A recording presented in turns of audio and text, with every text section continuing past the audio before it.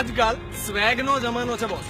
જ્યાં જુઓ ત્યાં અને જેને જુઓ તેને એ સ્વેગ સ્વેગ અને સ્વેગ જ કર્યા કરે છે. પણ એક્ઝેક્ટલી આ સ્વેગ છે શું? જે માણસ સખત બિંદાસ હોય અને ગટ્સી હોય ને એને સ્વેગ કહેવાય.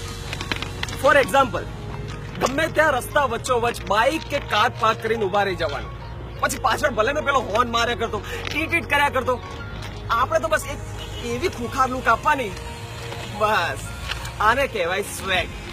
દુનિયાની ચિંતા કર્યા વગર જાહેરમાં ગાળો બોલવી એને કહેવાય સ્વેગ. ટ્રાફિક પોલીસ પકડે અને દાદાગીરી કરીને છૂટી જવું એને કહેવાય સ્વેગ.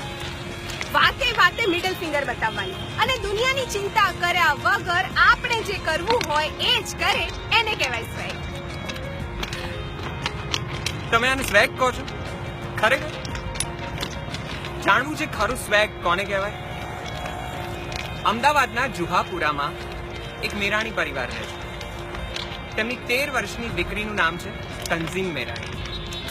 આજના સંજોગોને ધ્યાનમાં રાખીને તંઝીમે નક્કી કર્યું કે શ્રીનગર ખાતે આવેલા લાલ ચોક પર તિરંગો ફરકાવશે.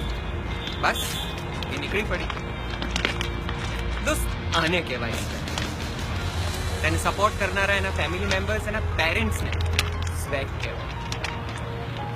એટલે વારે ઘડીએ જો તમે આ સ્વેગના નામે કલર કરતા ફરો છો ને, એને સાઈડ પર મૂકો અને બની શકે તો તંઝીમ મેરાણીને સપોર્ટ કરો.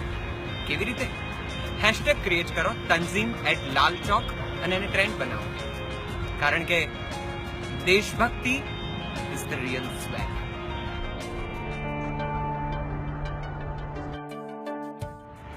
तंजीम आगे बढ़ो, हम तुम्हारे साथ हैं.